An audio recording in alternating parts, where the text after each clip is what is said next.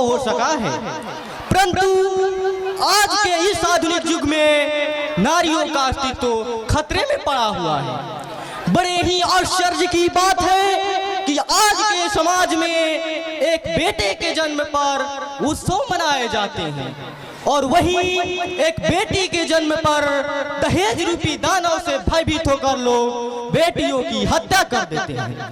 समाज से इस कुरीति को दूर करने के लिए आज हम सभी एक साथ मिलकर बेटियों को और उनके मूल अधिकारों को बचाते हुए इस दुनिया को यह बताने की जरूरत है कि बेटा अगर दीपक है तो बेटी बाती है, बेटा अगर सूरज है तो बेटियां उसमें आशा की किरणें लाती है। ममता मर्तित्व का तो कभी पत्नी का प्यार और कभी वन की बहनें कलाई पर राखी सजाती है। जब कोई छोड़ देते हैं बेटा साथ अपने माँ बाप का तो मुश्किल में बेटियां ही काम आती है। तो आइए हमारे इसी प्रयास को प्रारंभ करते हुए आप सभी के समक्ष एक एकांकी प्रस्तुत करने जा रहे हैं हमारे विद्यालय के वर्ग 10 के छात्र छात्राएं, जिसका शीर्षक है बेटी।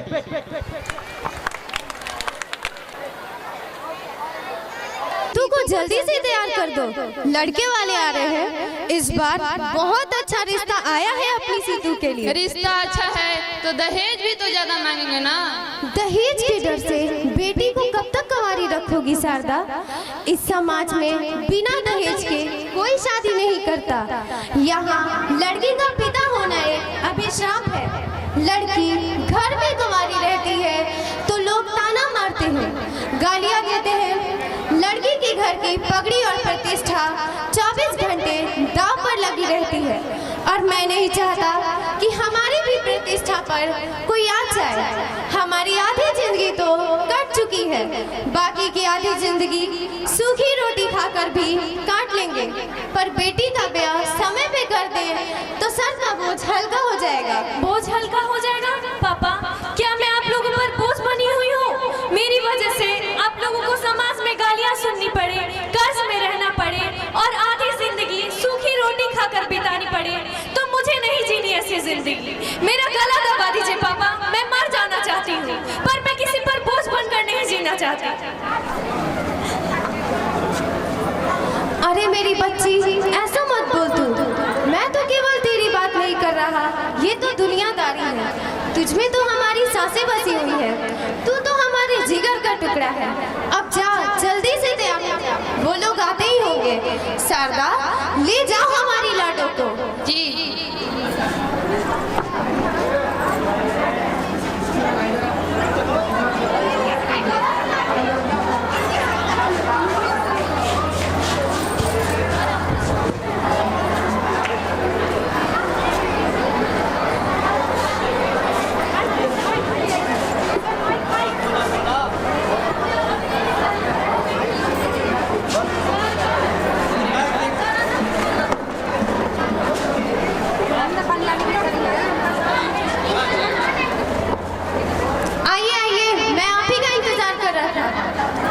और बताइए, आने में कोई कठिनाई तो नहीं हुई ना?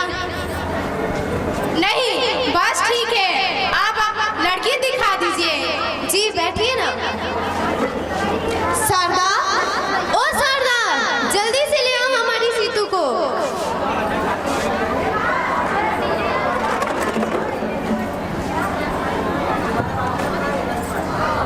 जी अभी आई।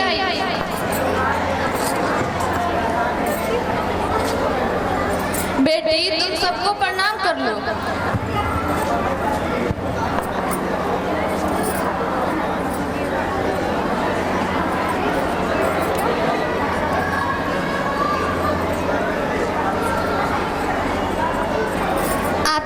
आपकी बेटी तो बहुत सुंदर है, पर इसे और क्या क्या आता है? माँ, थोड़ा पूछिए तो कितनी पढ़ी लिखी है? बेटी, कितनी तक पढ़ी लिखी हो? जी, मैट्रिक तक। बेटी, जरा अपना नाम और पता लिख के दो तो। रुको रुको बेटी, थोड़ा चल के दिखा तो। हाँ, चल के भी दिखाओ बेटी।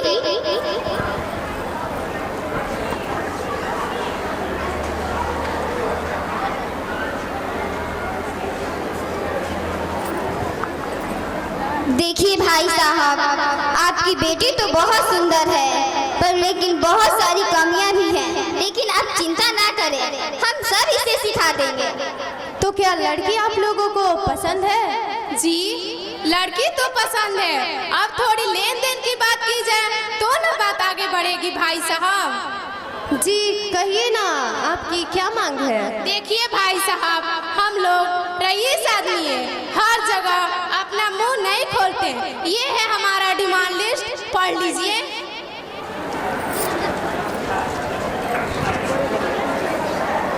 भाई साहब, मैं जरा अपनी पत्नी से सलाह ले लेता तो। जी आपकी मर्जी। शारदा जरा इधर आना।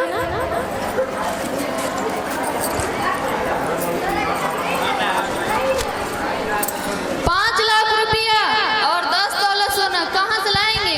अगर हम अपनी सारी जमा पूंजी भी लगा दे तो भी नहीं होगा इतने पैसे। कहाँ से लाएंगे हम इतने पैसा? शारदा, मैंने सोच लिया है, मैं अपना गांव वाला जमीन बेच दूंगा। हे भगवान, गाँव वाला तो खाने के लिए अनाज कहाँ से आएगा? मेहनत मजदूरी करके हम किसी तरह अपना पेट पाल लेंगे शारदा। इतना अच्छा रिश्ता फिर हमारी सीतू के लिए नहीं आएगा। अब चलो, नहीं तो उन्हें बुरा लग जाएगा।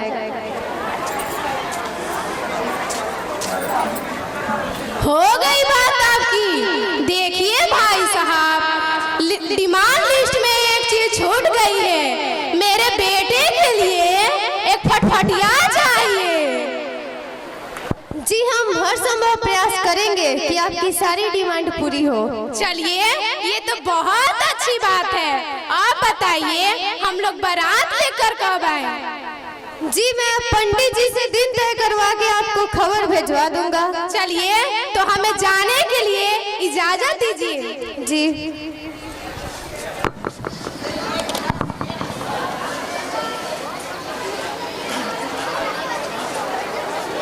हैं कि जब भी किसी लड़के की शादी होनी होती है तो उसके घर में एक समस्या खड़ी हो जाती है, पैसों का बंदोबस्त।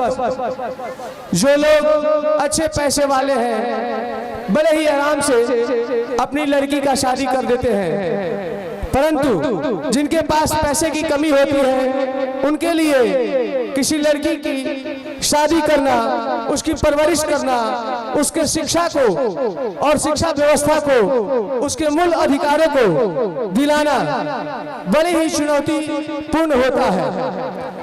तो समाज से इस कुरीति को दूर करने के लिए एक प्रयास हमारे वर्ग 10 के छात्र कर रहे हैं, जिनमें मुझे उम्मीद है कि आप सभी का बहुत ही सहयोग रहेगा।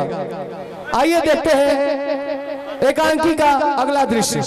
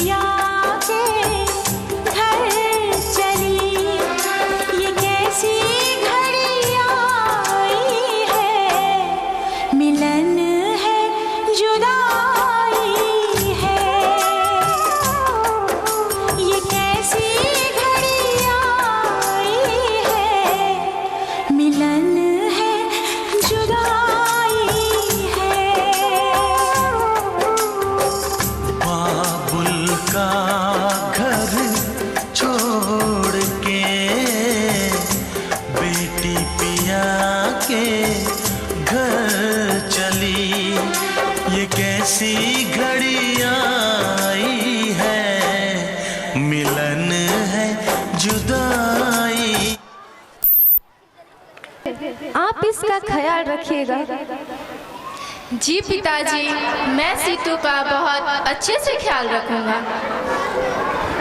तो भाई साहब, तो हमें इजाजत दीजिए जाने के लिए। भाई साहब, मेरी बेटी को अपनी बेटी की तरह ही समझिएगा। हाँ भाई साहब, सबकी बेटी बेटी ही होती है। अब हमें जाने के लिए इजाजत दीजिए।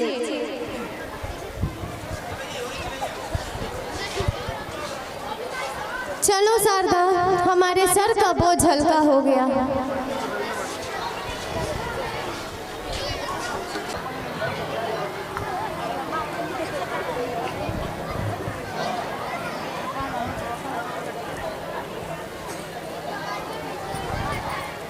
क्या बात है बहू, तुम्हारी तबीयत तो ठीक है ना? नहीं माँ जी, मेरा सर दर्द दे रहा है और चक्कर आ रहा है। अरे ये तो बहुत अच्छी बात है। लग रहा है तुम माँ बनने वाली हो। मैं अभी राज को बुलाती हूँ और तुम्हें हॉस्पिटल ले जाने के लिए बोलती हूँ। राज बेटा, ओ राज बेटा।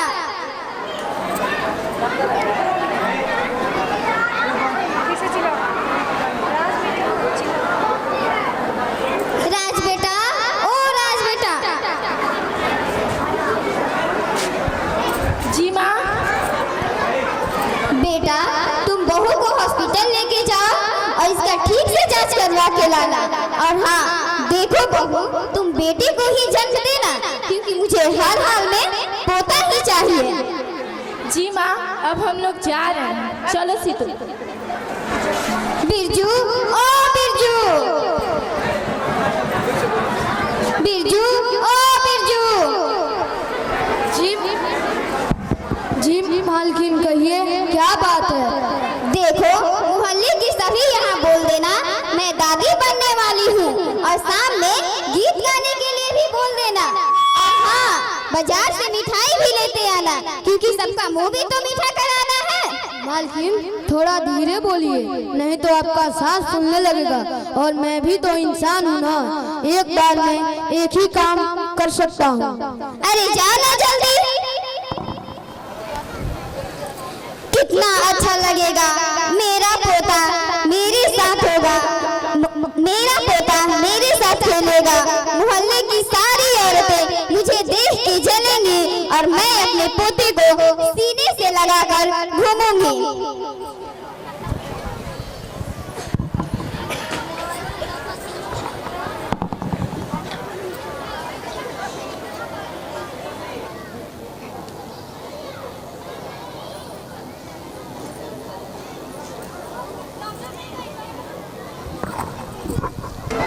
क्या बात है राज, बहुत जल्दी तुम लोग आ गए। बहू, तुम्हारी तबीयत तो ठीक है ना? डॉक्टर ने क्या बोला? मेरा पोता स्वस्थ तो है ना? माँ, वो डॉक्टर कह रही थी कि इसके पेट में लड़का नहीं लड़की है। क्या? मुझे पहले से पता था। ये कुलक्षणी मुझे पोते का मुंह नहीं देखने देगी। जी करता है इसका गला दबा दूं। दूर हो जा मेरी नजरों से। राज, कल इसे हॉस्पिटल लेके जाना और इसका गर्भपात करा के लाना।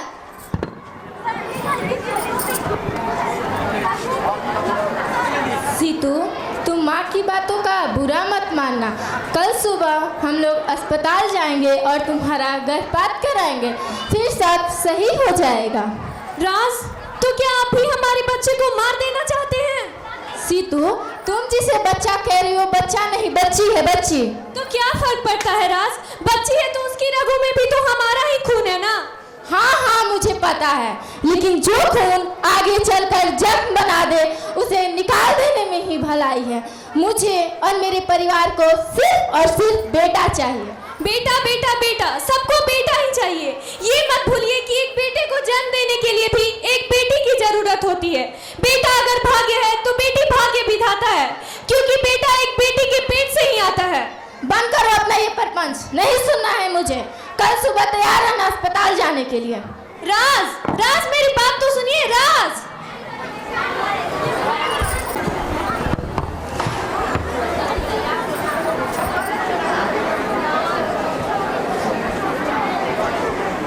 अभी तक आपने देखा कि माँ माँ माँ मैं आपकी मुन्नी हूँ। माँ आप मुझे क्यों मारना चाहती हो? मुझसे कौन सी गलती हो गई है माँ? माँ मैं इस दुनिया में आना चाहती हूँ, आपको देखना चाहती हूँ, पापा को देखना चाहती हूँ। माँ मैं बड़ी होके आपकी और पापा की खूब सेवा करूँगी और घर का सारा काम करूँगी। जो भी बचा हुआ खाना रहेगा वो खा के रह लूँगी। प्लीज़ माँ मुझे मत मारो। माँ का हृदय तो बहुत बड़ा होता है, फिर इस नन्ही सी जान के लिए माँ के आंचल में थोड़ी सी भी जगह नहीं है। मुझ पे दया करो माँ, मुझे मत मारो। Munni,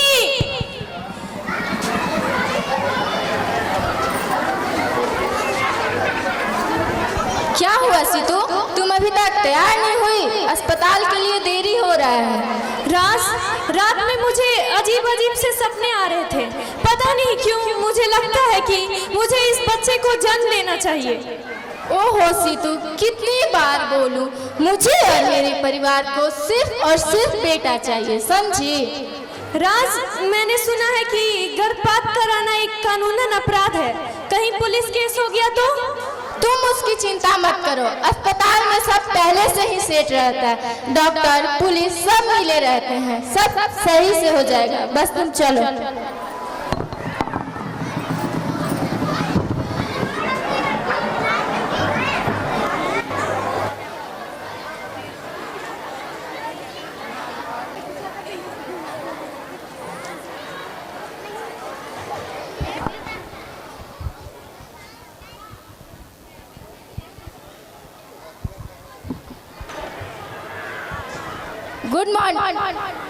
good morning doctor. Morning morning, कहिए क्या बात है? ये मेरी पत्नी है और इसका गर्भपात कराना है। ठीक है, तो आप फी पेड कर दीजिए, हम इन्हें एडमिट कर ले रहे हैं। जी नर्स, इन्हें बेड नंबर 5 पर एडमिट कर दो।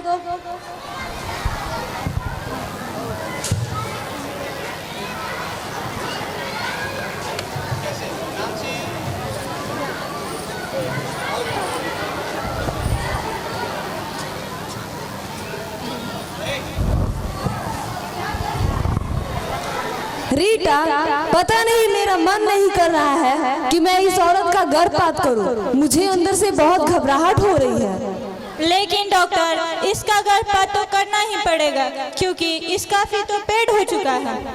ठीक है, चलो फिर कर देते हैं।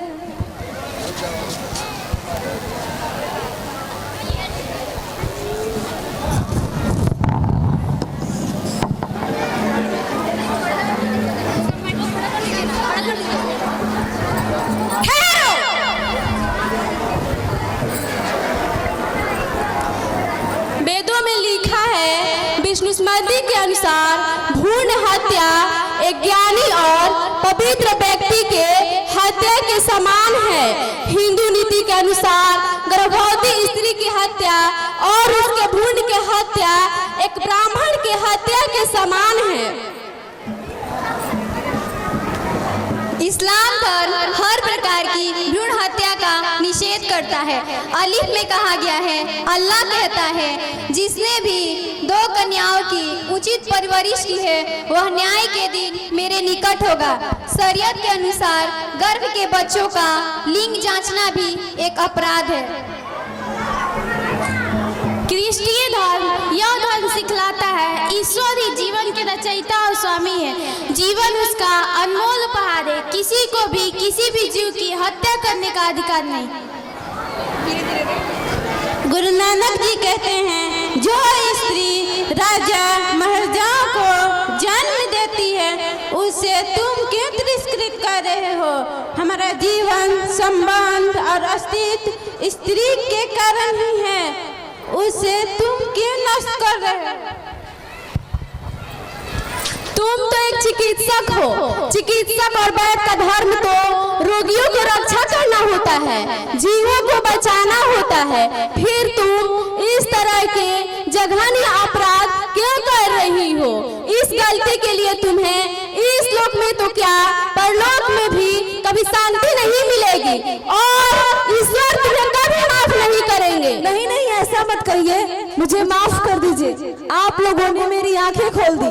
आज के बाद मैं किसी का गर्भपात नहीं करूंगी और ना ही किसी का लिंग जांच करूंगी, और जो व्यक्ति ऐसा करेगा मैं उसे रोकूंगी। यदि तुम भ्रूण की रक्षा करना अपना लक्ष्य मान लो तो तुम्हारे पाप कट सकते हैं। आज से मेरे जीवन का उद्देश्य गर्भपात रोकना ही होगा।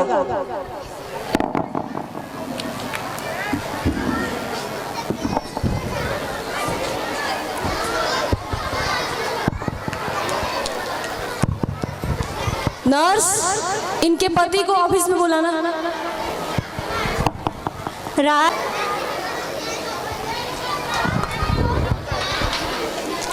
आपने मुझे बुलाया डॉक्टर? जी, देखिए हम आपका फी रिटर्न कर रहे हैं। पर क्यों डॉक्टर? क्योंकि हम आपकी बीवी का गर्भपात नहीं कर रहे हैं। पर क्यों? क्योंकि ये काफी कमजोर है और गर्भपात करने से इनकी जान जा सकती है और हम और आप मर्डर केस में फंस सकते हैं। Murder case? नहीं नहीं डॉक्टर, मर्डर केस में फंसकर मुझे अपना लाइफ बर्बाद नहीं करना। रहने दीजिए, नहीं करवाना है कोई गर्भपात। Very good. नर्स, इनकी बीवी को लेकर आओ।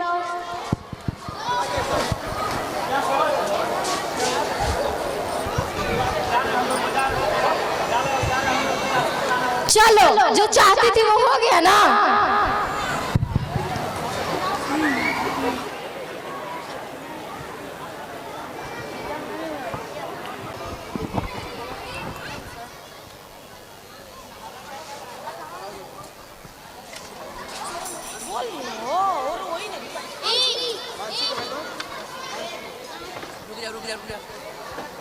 न्यूज पेपर तो लिए ही नहीं, ऐसे घूम रहे हैं। पढ़ती रहना और उसको फेंक देना।